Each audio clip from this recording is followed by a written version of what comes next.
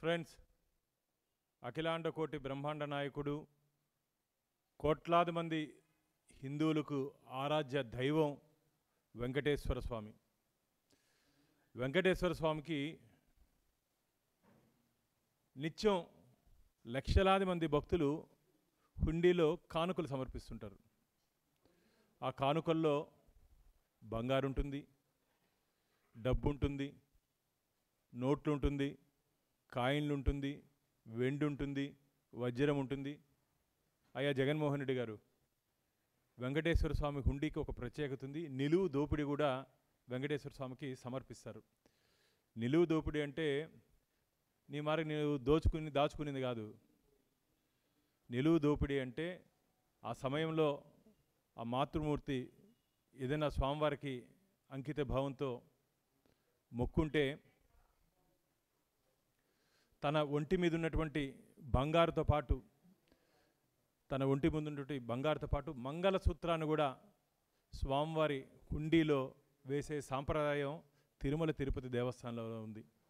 అంత పవిత్రమైనటువంటి హుండీ. ఆ హుండీ నుంచి ఆ కానుకలను లెక్కించే ప్రాంతాన్ని పరకామని అంటారు.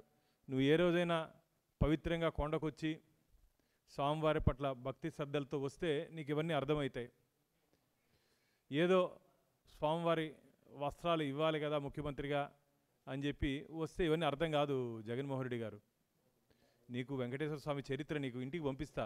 లోటస్ పాండుకో, లేకపోతే తాడేపల్లి ప్యాలెస్కో, బెంగళూరు ప్యాలెస్కో స్వామివారి చరిత్ర, వెంకటేశ్వర స్వామి చరిత్ర ఒకసారి పంపిస్తాను.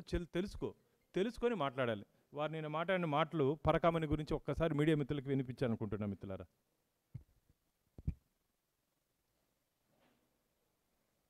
నోట్లు దొరికినాడు, 72,000 విలువ అంతే. ఏకంగా 14 కోట్ల రూపాయలు వద్ద టీటీడీకి దేవునికి రాసిచ్చినాడు వాళ్ళ కుటుంబం. ఏం చేస్తా ఉన్నారు స్వామి మీరంతా?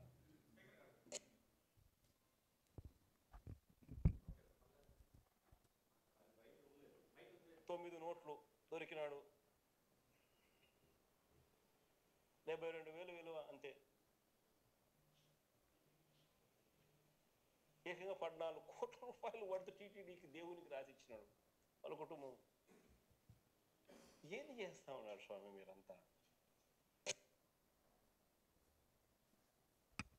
పరకామణి కేసు అసలు ఆశ్చర్యం కలిగించే కేసు. నిజంగా ఈరోజు నిజంగా పరకామణి అనేది అసలు కేసు ఏంది అని ఒకసారి చూస్తే, ఆ రోజు హుండీ డబ్బులు లెక్కిస్తూ చిన్న చోరీ, 9 నోట్లు, $9 వర్త్ 72,000 ఇండియన్ కరెన్సీ. $9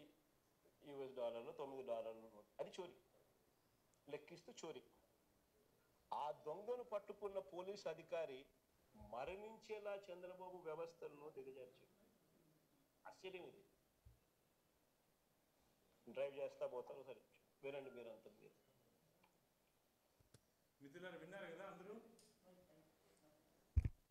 మిత్రులారా, అందరూ విన్నారు కదా జగన్మోహన్ రెడ్డి గారి మాటలు. ఇంతసేపు మనం మాట్లాడుకుంది పరకామని ఎంత పవిత్రమో మనం మాట్లాడుకుంటే, అయ్యా జగన్మోహన్ రెడ్డి గారు, ₹1 పరకామంలో దొంగలించినా సరే అది స్వామివారి సొత్తు. ₹1 దొంగలించినా సరే అది స్వామివారి సొత్తు. ఒక్కసారి హుండీలో కానుకలు పడిన తర్వాత ఆ ఆస్తికి వారసుడు వెంకటేశ్వర స్వామి. బుద్ధుందా నీకు అని ప్రశ్నిస్తున్నావు నిన్ను. వెంకటేశ్వర స్వామి ఖజానాలో దొంగతనం జరిగితే అది చిన్న చోరీనంటావా? 72,000 రూపాయలు చోరీ చేశారు, అది చిన్న దొంగతనం అని చెప్తావా జగన్మోహన్ రెడ్డి గారు మీరు? అంతేలే, లక్షల కోట్లు కొల్లగట్టి 16-17 నెలలు జైల్లో ఉండి బెయిల్ మీద బయట ఉండేవాడికి దొంగల్ని సమర్థిస్తారా మీరు? దొంగతనాన్ని సమర్థిస్తారా మీరు? 72,000 కాజేసి 14 కోట్లు కట్టించా అంటే ఏ విధంగా బ్యాలెన్స్ అవుతుంది అది? మాట్లాడేటప్పుడు ఆ మాత్రం అవగాహన లేదా నీకు? నీకు చెప్పిన వాళ్ళైనా బుద్ధి ఉందా లేదయ్యా? 72,000 మీరు అంటున్నారు, 14 కోట్లు ఏ విధంగా తీసుకున్నారని చెప్పి నీకు చెప్పిన వాళ్ళైనా నువ్వు అడగాలి కదా? నీకు ఎవరు స్క్రిప్ట్ రాయిచ్చారో, ఎవరు నీకు చెప్పారో వాళ్ళనన్నా అడగాలి కదా? ఏ విధంగా మీరు 14 కోట్లు రాయిచ్చారని? మార్కెట్ వాల్యూ 14 కోట్లు జగన్మోహన్ రెడ్డి గారు, సారీ రిజిస్టర్ వాల్యూ 14 కోట్లు, మార్కెట్ వాల్యూ దాదాపు 50 కోట్ల రూపాయలు. 72,000 దొంగ దగ్గర 50 కోట్ల రూపాయల డబ్బు ఏ విధంగా వచ్చిందో ప్రశ్నించాల్సిన అవసరం లేదా? ఇది వెంకటేశ్ దగ్గర జరిగింది కాబట్టి ఇలా ఉన్నావు. యేసు దగ్గర జరిగి ఉంటే కూడా ఇదే రియాక్షన్ ఇచ్చి ఉంటావు నువ్వు.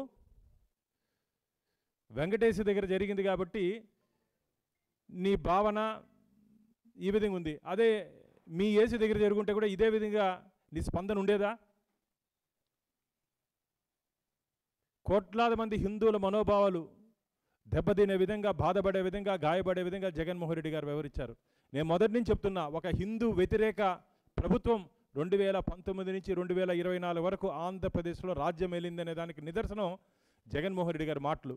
నేను ఈ మధ్య చెప్తూ ఉన్నా మీకు, తిరుమల తిరుపతి దేవస్థానంలో ఉన్నతాధికారుల నుంచి తాడేపల్లి ప్యాలెస్లో ఉన్నతాధికారులు, రాజకీయ ప్రముఖుల వరకు పరకామణిలో హస్తం ఉంది అని నిన్న జగన్మోహన్ రెడ్డి గారు ప్రెస్ మీట్తో అది మాకైతే అర్థమైపోయింది. ఇంకా చాలామందికి ఇంకా పై స్థాయిలో కూడా దీంట్లో వాటాలు ఏమైనా వెళ్ళాయా అని చెప్పి. అంటే జగన్మోహన్ రెడ్డి గారికి ముందే తెలుసా ఇది? జగన్మోహన్ రెడ్డి గారికి 2023లో ఏప్రిల్లో దొంగతనం జరిగిన తర్వాత, రవికుమార్ దొంగతనం జరిగిన తర్వాత ఆయన చెప్పాడు నిన్న, కొందరు న్యాయమూర్తుల సలహాల వరకు ఇది జరిగి ఉండొచ్చు అన్నాడు. దాంట్లో నీ సలహా కూడా ఏమైనా ఉందా జగన్మోహన్ రెడ్డి గారు? రాజీ చేసుకోండి, ఏమి కాదులే, నేను ఉన్నాలే, నేను చూసుకుంటానని చెప్పి నువ్వేమైనా దొంగకి ఏమైనా భరోసా ఇచ్చావా? ఈరోజు రాష్ట్రంలో దొంగలంట 72,000 రూపాయలు చోరీ చేసే దొంగలు ఆ లోపల కానీ ఎవరైనా దొంగతనాలు చేస్తే కోర్టులకి, పోలీస్ స్టేషన్లకి పోవాల్సిన అవసరం లే, డైరెక్ట్గా జగన్మోహన్ రెడ్డి దగ్గరికి పోతే రాజీ చేస్తాడు ఆయన. మీ మీద ఎటువంటి కేసు లేకుండా రాజీ చేస్తాడు. లోటస్ పాండో, తాడేపల్లి ప్యాలెసో, లేకపోతే జగన్మోహన్ రెడ్డి గారు ఎక్కడుంటే అక్కడికి వెళ్తే ఆయన రాజీ చేస్తారు. దొంగలకు భరోసా ఇచ్చేదని కాదు ప్రజానాయకుడికి ఉండేది. దొంగలకి భరోసా ఇచ్చేదానికి కాదు జగన్మోహన్ రెడ్డి గారు నువ్వు ఉండేది. భగవంతుడి పక్కన నిలబడాలి. అక్కడ జరిగినటువంటి అవినీతి, అన్యాయాన్ని ప్రశ్నించాలి. ప్రశ్నించే వాళ్ళని మళ్ళీ మసిపూస్తావు నువ్వు. మాకైతే అనేక అనుమానాలు ఉన్నాయి. నిన్న జగన్మోహన్ రెడ్డి గారు మాట్లాడే తీరులో పోలీస్ అధికారుల నుంచి తీవ్ర ఒత్తిడి వచ్చిన కారణంగా మేము ఈ కేసులో రాజీ పోయామని చెప్పి ఆ రోజు రిపోర్ట్లో ఉంటే, ఎవరు పోలీస్ అధికారి పైన ఒత్తిడి తెచ్చింది? జగన్మోహన్ రెడ్డి గారు, మీరు మాట్లాడిన మాటలన్నీ వింటూ ఉంటే ఖచ్చితంగా తాడేపల్లి ప్యాలెస్ నుంచే ఒత్తిడి వచ్చిందేమో అని చెప్పి మాకు అనుమానాలు ఉన్నాయి. మీ ముఖ్యమంత్రి కార్యాలయం నుంచే ఒత్తిడి వచ్చిందేమో అని చెప్పి మాకు అనుమానాలు ఉన్నాయి. ఇన్ని రోజులు ఎవరో అనుకున్నాం, ఎక్కడో ఒక ఉన్నతాధికారుల నుంచి ఒత్తిడి వచ్చిందేమో అని చెప్పి. నిన్న మీరు మాట్లాడిన మాటలు, వెనకేసుకొని వచ్చినటువంటి మీ ప్రవర్తన చూస్తూ ఉంటే ఖచ్చితంగా పరకామణి అంశంలో మీకు తెలిసే జరిగిందా అని చెప్పి అనుమానాలు ఉన్నాయి మాకు. పరకామణి అంశం జరిగిన తర్వాత అప్పుడున్నటువంటి రాష్ట్ర ప్రభుత్వం వివరించిన తీరులో అనేక అనుమానాలు ఉన్నాయి. నిన్న మీ ప్రెస్ మీట్తో అన్నీ నిజమైపోయాయి. లోక్ అదాలత్లో అసలు ఈ కేసు బయట ఎలా వచ్చిందయ్యా? హైకోర్టు ఉత్తర్వుల కారణంగా ఈ కేసుని విచారించమని చెప్పి హైకోర్టు అత్యున్నత న్యాయస్థానం ఈరోజు ఈ కేసుని విచారించమని చెప్పి సిబిసిఐడిని ఈ పరకామణి అంశంలో, అలాగే యాంటీ కరప్షన్ బ్రాంచ్ డీజీ స్థాయి అధికారిని రవికుమార్ ఆస్తుల విషయంలో ఎంక్వైరీ చేయమని చెప్పి అడిగింది. దీంట్లో ఏదో రాజకీయం ఉంది, రాజకీయంగా దీన్ని చూస్తున్నారండి. నీ మారిగా భగవంతుని అడ్డం పెట్టుకొని రాజకీయాలు చేసిన అవసరం మా ఎన్డీఏ కూటమికి లేదు. నువ్వు ధార్మిక క్షేత్రాన్ని ధనార్జన క్షేత్రంగా చేశావు. ధార్మిక క్షేత్రాన్ని ధనార్జన క్షేత్రంగా చేశావు. ధార్మిక క్షేత్రంలో దాపరికాలు తీసుకుని వచ్చిన వ్యక్తి కూడా నువ్వే. 2019 నుంచి 2024 వరకు తిరుమల తిరుపతి దేవస్థానంలో జరిగినటువంటి ఏ అంశాన్ని కూడా టీటీడీ వెబ్సైట్లో పొందుపరచలేదన్నప్పుడే మాకు అనేక అనుమానాలు ఉన్నాయి, దీంట్లో ఏదో జరుగుతూ ఉంది అని. ఈ మీ సుబ్బారెడ్డి గారి గురించి, మన వైవి సుబ్బారెడ్డి గారి గురించి వెనకేసుకొని వచ్చారు కదా, వాళ్ళ ఇంటికి పోతే తెలుస్తుంది ఆయన పరమ భక్తుడు. ఎస్, పరమ భక్తుడే, మేము కాదనట్లే. ఇంటికి పోతే గోపూజ 3 సార్లు చేస్తారన్నావు, చేస్తాడు, సంతోషం. కానీ తిరుమలలో వెంకటేశ్వర స్వామికి ఆవు నెయ్యి వాడాలయ్యా, పవిత్రమైనటువంటి ఆవు నెయ్యి వాడాలయ్యా. మీ హయాంలో పోటు కార్మికులు, జగన్మోహన్ రెడ్డి గారు మీకు మొత్తం విషయం చెప్పినట్లేదు. పోటు కార్మికులు, నెయ్యిలో నాణ్యత లేదు, లడ్డులో తయారు చేసే సందర్భంలో దుర్వాసన వస్తూ ఉంది, నిలువ ఉండట్లేదని చెప్పి పోటు కార్మికులు చెప్పిన తర్వాత కూడా మీ మౌనమునులు మౌనంగా ఉన్నారు. 3 ఏళ్ళు 5 ఏళ్ళు మౌనంగా ఉన్నారు. పోటు కార్మికులు ఫిర్యాదు చేసిన తర్వాత కూడా అటు లడ్డులో కానీ ఇటు పరకామణిలో కానీ జగన్మోహన్ రెడ్డి గారు వివరించిన తీరు కోట్లాది మంది గోవింద భక్తుల మనోభావాలు బాధపడే విధంగా ఉన్నాయి. మాట్లాడుతూ మళ్ళీ దాంట్లో అన్నాడు సిట్ అధికారుల్లో వాడు వీడు అని మాట్లాడతాడు. ఒక రాష్ట్రానికి ముఖ్యమంత్రిగా పనిచేసావు, ఈరోజైతే నీకు ప్రతిపక్ష నాయకుడు హోదా కూడా లేదనుకో, ఒక పులివెందుల ఎమ్మెల్యేగా ఉన్నావు. ఇప్పుడు ఏందయ్యా నువ్వు మాట్లాడే మాటలు? ఒక ఇండియన్ పోలీస్ సర్వీస్ అధికారిని వాడు వీడు అని మాట్లాడతావా? వెంటనే పోలీస్ అధికారులకు బహిరంగ క్షమాపణ చెప్పాలని చెప్పి భారతీయ జనతా పార్టీ డిమాండ్ చేస్తూ ఉంది. ఏం నీ మారిగా అనుకున్నావా? నీ ప్రభుత్వంలో మారిగా ఇండియన్ పోలీస్ సర్వీస్ని కొందరు అధికారులతో ఇండియన్ పొలిటికల్ సర్వీస్గా మార్చుకున్నది నీ హయాం అనుకున్నావా? ఐపీసీ సెక్షన్లు కాకుండా వైసీపీ సెక్షన్లు నడిపింది నీ హయాంలో 2019 2024 అనుకుంటున్నావా? సమర్థవంతమైన అధికారులు గోపీనాథ్ జెట్టి గారిని ఎందుకు ఈ సిట్లో నియమించారంటే, గతంలో తిరుపతి ఎస్పీగా పనిచేసిన అనుభవం ఉంది వాళ్ళకి. అలాగే తిరుమల తిరుపతి దేవస్థానంలో చీఫ్ విజిలెన్స్ అండ్ సెక్యూరిటీ ఆఫీసర్గా పనిచేసిన అనుభవం ఉంది.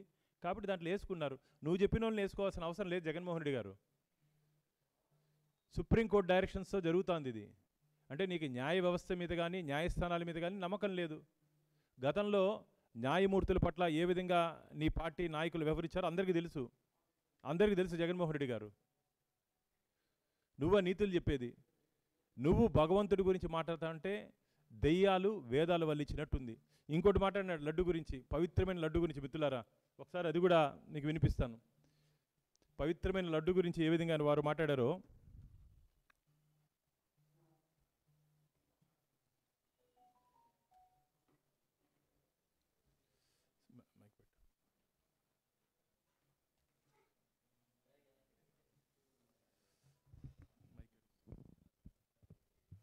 ఏదో గుళ్ళో లడ్డు అంటాడు, ఇంకోటి అంటాడు, ఏదో గుళ్ళో లడ్డు అంటాడు, ఇంకోటి అంటాడు.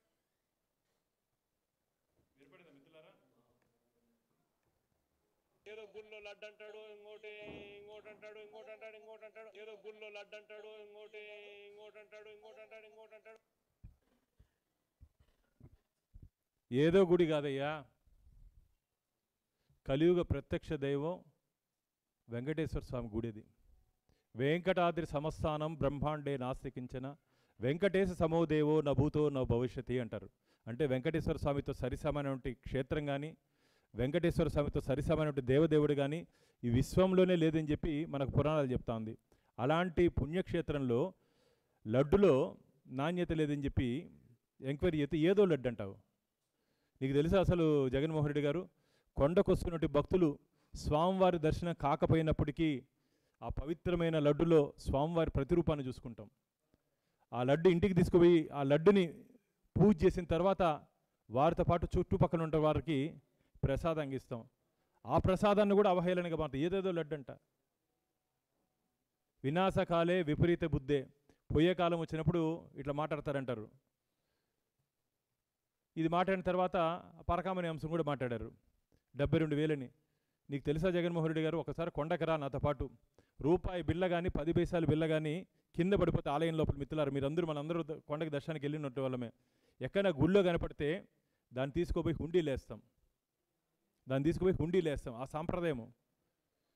ఎవరినా పక్కన పల్లెల్లో మనందరికీ తెలుసు, కొండకి పోతున్నామని చెప్తే కూలీ పని చేసుకునేటువంటి శ్రీవారి భక్తుడు కూడా తెల్లారి నుంచి సాయంత్రం వరకు పనిచేసేటువంటి కూలీ కూడా తన జోబీ నుంచి 10 రూపాయలు ఇచ్చి శ్రీవారి హుండీలు వేయండి అంటాడు. తన కష్టాన్ని, తన చెమటని కష్టానంగా మార్చినటువంటి కూలీ కానీ ఎవరైనా సరే 10 రూపాయలు శ్రీవారి హుండీలో ఇవ్వండి అంటారు. అలాంటి పవిత్రమైనటువంటి పరకామణిలో చోరీ చేస్తే ఆ చోరీని చేసినటువంటి రవికుమార్ని లోకాయుక్తలో కాంప్రమైజ్ చేసింది, చెట్టు కింద పంచాయతీ చేసి హైకోర్టు కూడా ప్రశ్నించింది లోకాయుక్తలో ఏ విధంగా కాంప్రమైజ్ చేసుకుంటారని. పూర్తిగా ప్రొసీజర్ ల్యాబ్స్ ఇవన్నీ జరిగిన తర్వాత నువ్వు మా వైవి సుబ్బారెడ్డి, కరుణాకర్ రెడ్డి నిప్పు ఉప్పు అంటున్నావే, ఈ రెజల్యూషన్లో ఎందుకు ఇది చూపించారు నీకు జగన్మోహన్ రెడ్డి గారు? స్వామివారి ఆస్తుల్ని నియమ నిబంధనలకు వ్యతిరేకంగా ఆ 14 కోట్లు నిన్న చెప్పినావు కదా నువ్వు, ఆ 14 కోట్ల ఆస్తుల్ని నియమ నిబంధనలకు వ్యతిరేకంగా పేపర్ నోటిఫికేషన్ ఇవ్వకుండా, మాకు టైం లేని కారణంగా మేము పేపర్ నోటిఫికేషన్ ఇవ్వలేదు కాబట్టి మేము రాసుకుంటామని చెప్పి రెజల్యూషన్ చేశారు. ఇది ఎంతవరకు సమంజసం జగన్మోహన్ రెడ్డి గారు? సమానం చెప్పండి. మేము అడిగే ప్రతి ప్రశ్నకి మీరు సమానం చెప్పాల్సిన బాధ్యత మీ మీద ఉంది. ప్రెస్ మీట్లు పెట్టి ఊరికి గాలి కబుర్లు మాట్లాడేది కాదు. ఏ విధంగా సమర్థిస్తారు మీరు చెప్పండి? పరకామణి అంశాన్ని ఏ విధంగా సమర్థిస్తారు? దొంగని దాతగా చేస్తారా? థెఫ్ట్ని గిఫ్ట్కి చేస్తారా? మిమ్మల్ని ఆదర్శంగా తీసుకుంటే రాబో రోజుల్లో దొంగలందరికీ ఇది ఒక మ్యాండేటరీ అయిపోతుంది. మాకు జగన్మోహన్ రెడ్డి ఉన్నాడు, మాకు ఏం కాదులే అని చెప్పి. మనకి ఇంకెందుకంటే కోర్టులు, న్యాయస్థానాలన్నీ రాజ్యాంగంలో దొంగకి ఏ విధంగా శిక్షించాలి, దొంగని ఏ విధంగా శిక్షించాలని చెప్పి మనకు బిఎన్ఎస్ ఉన్నాయి. అలాంటప్పుడు ఇలా దొంగలకి భరోసా ఇస్తూ ఏమి చేసినా పర్లేదు మేము ఉన్నాములే అని చెప్పి ఒక భావన తీసుకురావడం ఇది మంచిది కాదు. పరకామణి అంశం జగన్మోహన్ రెడ్డి గారు, పరకామణి అంశంలో స్వామివారికి ఇంకో పేరు కూడా ఉంది, వడ్డీ కాసులు వాడు అని. వడ్డీ కాసులు వాడికి ప్రతి ఒక్క పైసా పరకామణి అంశంలో ఎవరెవరు దొంగలు ఇచ్చి దాచుకొని పంచుకున్నారో, ఎవరెవరు దొంగ దగ్గర నుంచి దాచుకొని పంచుకున్నారో ప్రతి ఒక్కరి దగ్గర నుంచి వడ్డీతో పాటు పరకామణిలో చేరేంత వరకు మా పోరాటం ఇలాగే కొనసాగుతూ ఉంటుంది. మాతో పాటు కొన్ని కోట్ల మంది శ్రీవారి భక్తుల ఆలోచన భావన కూడా పరకామణి అంశంలో ఇదే విధంగా ఉంది. నేను ఛాలెంజ్ చేస్తున్న జగన్మోహన్ రెడ్డి గారిని, ఒక 24 గంటలు ప్రజాభిప్రాయం తీసుకుందామా? నీకు ధైర్యము దమ్ముంటే నీ సాక్షి టీవీలోనే పెట్టు. నీకు మా మీద నమ్మకం లేకపోతే మిగతా ఛానల్లో ఏదో అంటాడు ఆయన, ఇది పచ్చ మీడియా ఏదో ఆయన పేరు పెట్టినారు, సాక్షిలోనే పోలు పెడదాం. ఈ ఛాలెంజ్ని జగన్మోహన్ రెడ్డి గారు కానీ వైసీపీ కానీ స్వీకరిస్తుందని చెప్పి నేను ఛాలెంజ్ చేస్తున్నా.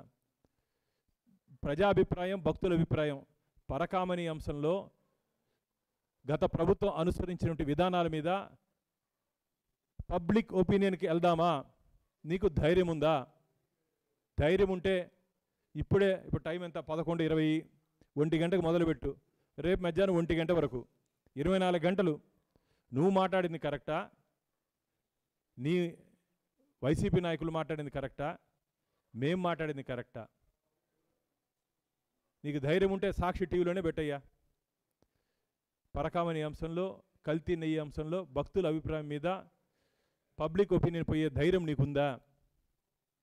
నేను ఛాలెంజ్ చేస్తున్నా జగన్మోహన్ రెడ్డి గారిని. ఇంకొక గంటలో, ఇంకో అరగంటలో ఇంకో ఆయన కూడా ప్రెస్ మీట్ పెడుతున్నారు, ఆయన కూడా చెప్తున్నా. ఇంకో అరగంటలో ఇంకో అతను చెప్తాడు, హరికథలు, బుర్రకథలు, పిట్టకథలు చెప్తాడు ఆయన. పరకామణి అంశంలో పిలిచి ఏం జరిగిందయ్యా చెప్పమంటే, నైలు నది, మొసళ్ళు, వాన చిలుకులు, ఆయన కూడా చెప్తున్నా నేను. మీకు ధైర్యం ఉంటే పబ్లిక్ ఒపీనియన్ పోదాం రండి అని చెప్పి భారతీయ జనతా పార్టీ ఛాలెంజ్ చేస్తూ ఉంది. మళ్ళీ చెప్తున్నా, పరకామణి అంశం చాలా సున్నితమైనటువంటి అంశం, కోట్లాది మంది భక్తుల మనోభావాలతో ముడిపడినటువంటి అంశం. ఈ అంశం పట్ల జగన్మోహన్ రెడ్డి గారు నిన్న వారు మాట్లాడే మాటలు కానీ, వివరించిన తీరు కానీ, ఇది కోట్లాది మంది గోవింద భక్తులు, వెంకటేశ్వర స్వామి భక్తులు మనోభావాలు బాధపడ్డాయి. కాబట్టి గతంలో 2024లో జరిగిన ఎన్నికల్లో ప్రజల ఆగ్రహంతో పాటు భగవంతుడి ఆగ్రహం కూడా, మీరు ఇలాంటి పనికిరాని పనులు చేశారు కాబట్టి ఆలయంలో అపచారాలు, వెంకటేశ్వర స్వామి ఆలయంలో అపచారాలు, వెంకటేశ్వర స్వామి ఆలయంలో అవినీతి చేసిన కారణంగా మీకు పరిస్థితి ఏర్పడిందని చెప్పి ప్రజలు భావిస్తున్నారు. వెంకటేశ్వర స్వామి ఆగ్రహం కూడా మీ పార్టీ మీద ఉంది కాబట్టి మిమ్మల్ని రక్షించే నాదుడే లేదు. ఇంకా మళ్ళీ చెప్తున్నా, ఇదే పరిస్థితి యేసు దగ్గర జరుగుంటే నీ స్పందన ఏముంటుంది? వెంకటేశ్వర దగ్గర జరిగింది కాబట్టి ఈ విధంగా మాట్లాడుతున్నా. వెకటగా దాని అంటే కిండలుగా అంటారు మా చిత్తూరు భాషలో. ఇదే యేసు దగ్గర జరుగుంటే ఇదే విధంగా మాట్లాడి ఉంటావా? నీ వచ్చేటప్పుడు ఒక అతను అన్నాడు, బాను జగన్మోహన్ రెడ్డి గారు ఆయన యేసురెడ్డికి మారిపోయాడు ఆయన. ప్రజల్లో నీ పైన అట్లా భావన ఉంది జగన్మోహన్ రెడ్డి గారు. కాబట్టి నువ్వు మనోభావాలు దెబ్బతీసే కదా వ్యవహరించావు. కాబట్టి రాబో రోజుల్లో ప్రజా కోర్టులోనే దీనికి సమాధానం ఉంటుంది. నాకైతే గట్టి విశ్వాసం, నమ్మకం ఉంది. రాబో రోజుల్లో దీని మీద అత్యున్నత న్యాయస్థానం ఎప్పుడు కానీ ఇప్పటి వరకు తిరుమల తిరుపతి దేవస్థానంలో జరిగినటువంటి అన్ని అంశాలు స్వామివారి పట్లే ఉన్నాయి. ధర్మమే గెలిచింది. ధర్మో రక్షిత రక్షిత. ధర్మాన్ని మనం కాపాడితే ధర్మం మనల్ని కాపాడుతుంది. ఇలా అధర్మ పక్షాన్ని నిలిస్తే చరిత్రలు చెప్తా ఉన్నాయి. మనకు చరిత్రలు చెప్తా ఉంది. కొండ మీద ధర్మారెడ్డిని పెట్టుకొని, నీ చైర్మన్గా నీ మనుషుల్ని పెట్టుకొని నువ్వు ఏమేమి చేసావో అన్నీ రాబో రోజుల్లో బయటపడతాయి. కాబట్టి ధార్మిక క్షేత్రంలో మీరు చేసినటువంటి దుర్మార్గాలు అన్నీ ఒకటి వెంకటేశ్వర స్వామి బయట పెడుతున్నాడు. ఇది ఏదో రాజకీయ కక్షతో మేము చేసింది కాదు. రాజకీయాలు భగవంతుని అడ్డం పెట్టుకొని, మళ్ళీ చెప్తున్నా, భగవంతుని అడ్డం పెట్టుకొని రాజకీయాలు చేయాల్సిన అవసరం మా ఎన్డీఏ కూటమికి లేదు. ఇది పూర్తిగా వెంకటేశ్వర స్వామి భక్తుల, వెంకటేశ్వర స్వామి పవిత్రతకి సంబంధించిన అంశం కాబట్టి మేము రాజకీయ కోణంలో దీన్ని చూడట్లేదు. మీరు దాన్ని రాజకీయ కోణంలో చూసి దీన్ని ఏదో రాజకీయ కక్షగా మీరు ప్రజల్లోకి తీసుకుపోవాలని మీరు అనుకుంటున్నారు. మీ మాటలు ఎవరు ప్రజలు కానీ భక్తులు కానీ నమ్మే పరిస్థితి లేదు. రిపోర్ట్లు అన్నీ వస్తాయి, ల్యాబ్ రిపోర్ట్లు అన్నీ వస్తాయి. అసలు నెయ్యే కాదంటున్నారు. ఇది కల్తీ వాళ్ళందరికీ అది కల్తీ లేదని కనపడుతుంది. భక్తులకి అందరికీ దాంట్లో కల్తీ జరిగిందని కనపడుతుంది. కల్తీ వాళ్ళకి అది కల్తీ లేదనే చెప్తారు వాళ్ళు. ఖచ్చితంగా అసలు అది కెమికల్. అసలు మాకు ఆ లడ్డు గురించి మాట్లాడాలంటేనే బాధగా ఉంది. నేను అందుకని చెప్పాను కదా, గతంలో పోర్ట్లో పనిచేసినటువంటి కార్మికులు మీ చైర్మన్లకి ఫిర్యాదు చేసింది నిజమా కాదా? మీ అప్పటి అధికారులకి ఫిర్యాదు చేసింది నిజమా కాదా? ఒప్పుకోమని చెప్పండి.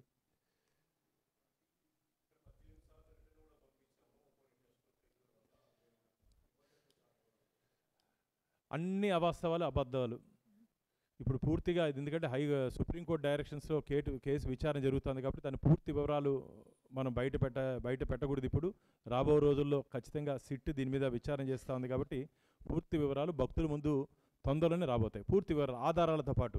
ఆధారాలు లేకుండా మేము చేసే పరిస్థితి లేదు. మేము పూర్తి ఆధారాలతోనే మాట్లాడుతున్నాం. ఆధారాలతో పాటు శ్రీవారి భక్తుల ముందు తొందరలో పెట్టబోతాం. ఓకేనా?